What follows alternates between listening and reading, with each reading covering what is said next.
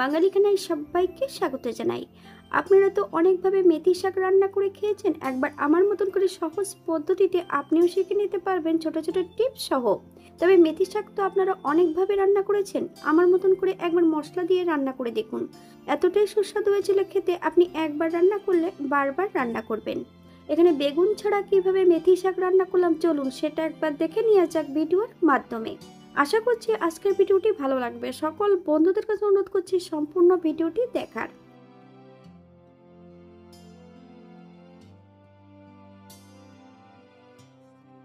এখানে আমি আগের থেকে বেশ কিছুটা মেথি শাক নিয়ে নিয়েছি। শাকগুলোকে বেশ পরিষ্কার করে ধুয়ে রেখেছি। ধোয়ার পরে কিন্তু ভালো করে জল ঝরিয়ে নিয়েছি। বেশ সরু সরু করে শাকগুলোকে কেটে নিতে হবে। তবে আপনারা আপনাদের পছন্দ মতন শাকগুলো কেটে নিতে পারেন।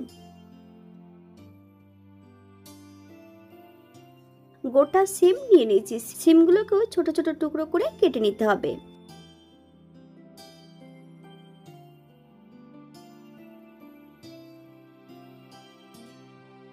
আমি এই পর্যায়ে সিমগুলো কেটে নিয়েছি।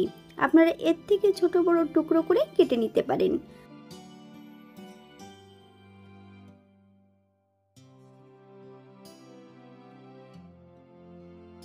এখানে আমি একটা কড়াইতে বেশ কিছুটা সরষের তেল অ্যাড করেছি। তেল গরম হওয়া পর্যন্ত অপেক্ষা করতে হবে।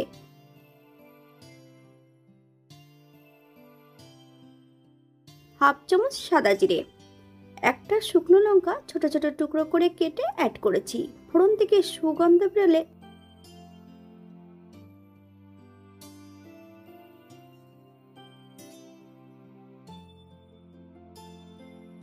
মিডিয়াম সাইজের একটা পেঁয়াজ আর বেশ কিছুটা রসুন ছোট ছোট টুকরো করে কেটে নিয়ে অ্যাড করেছি। আপনারা যদি পছন্দ করেন তাহলে পরিমাণে বাড়িয়ে দিতে পারেন।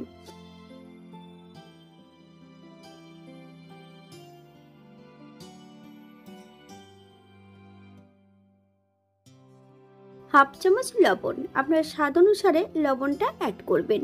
পেঁয়াজ রসুন থেকে যতক্ষণ কাঁচা গন্ধ ছাড়বে ততক্ষণ বেশ ভালো করে ভেজে নিতে হবে।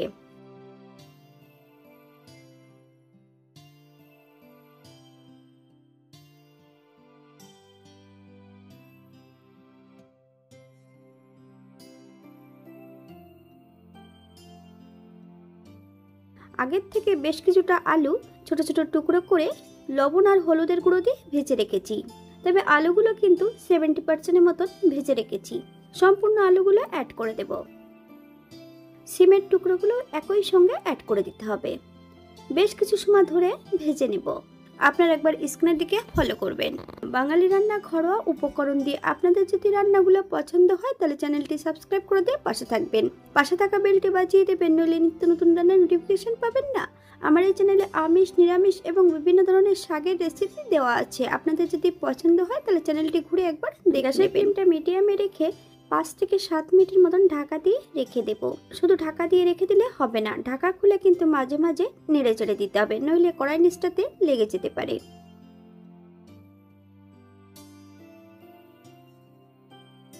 7 মিনিট পর এই পর্যায়ে একবার চেক করে নিতে হবে যে সবজিগুলো সেদ্ধ হয়েছে কিনা।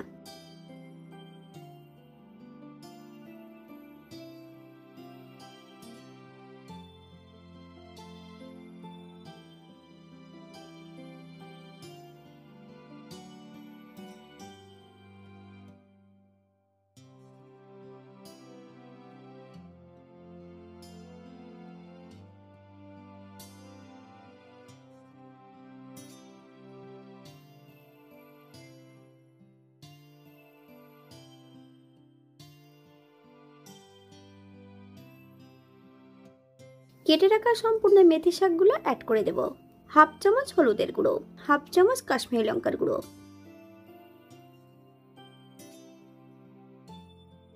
মেথি শাকগুলো যখনই অ্যাড করতে হবে গ্যাসের ফ্লেমটা কিন্তু হাইতে রেখে 4 থেকে 5 মিনিটের মতন হাই ফ্লেমে প্রথমে রান্না করে নিতে হবে।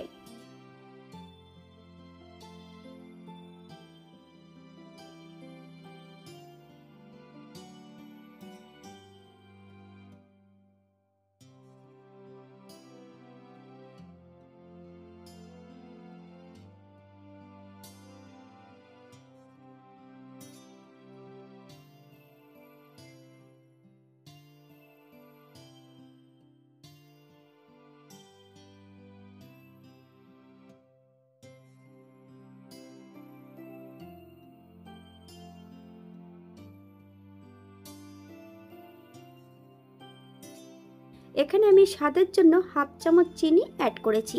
আপনারা যদি পছন্দ করেন তাহলে পরিমাণে বাড়িয়ে দিতে পারেন।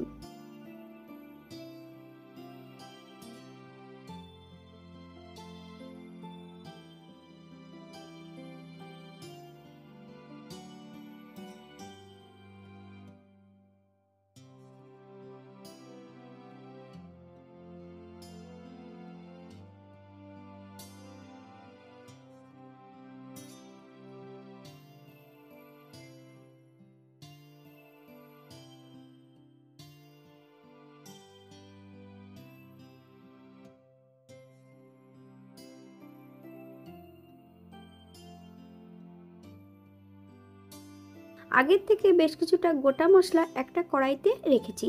হাফ চামচ ধনে, হাফ চামচ সাদা জিরে, 1 চামচ পোস্ত, হাফ চামচ মৌরি। আপনারা যদি শুকনো লঙ্কা পছন্দ করলে অ্যাড করতে পারেন। শুকনো কলাই ভেজে নিয়ে একটু ঠান্ডা করে 70% মতন গুঁড়ো করে নিতে হবে।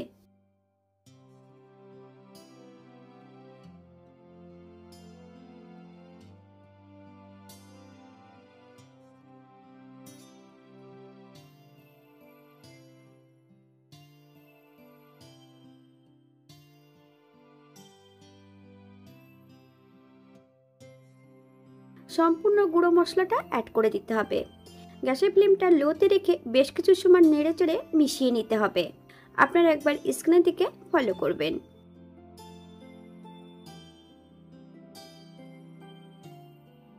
এই পর্যায়ে গ্যাসের ফ্লেমটা অফ করে দেব। 5 মিনিটের জন্য স্ট্যান্ডিং টাইম দিতে হবে, তারপর সার্ভ করব।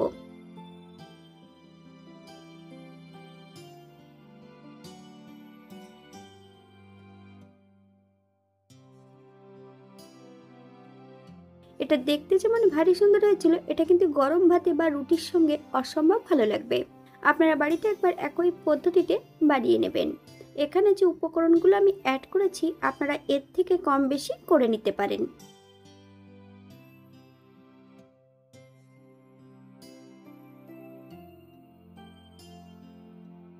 আজকের ভিডিওটি এই পর্যন্ত। সবাই সুস্থ থাকবেন, ভালো থাকবেন। অন্যদিন নতুন রেসিপি নিয়ে আপনাদের সামনে আবার আমি হাজির হব। নতুন ও পুরনো সকল বন্ধুদের অসংখ্য ধন্যবাদ ভিডিওটি দেখার জন্য। হাতে যদি সময় থাকে তাহলে একটা লাইক, কমেন্ট, শেয়ার করবেন।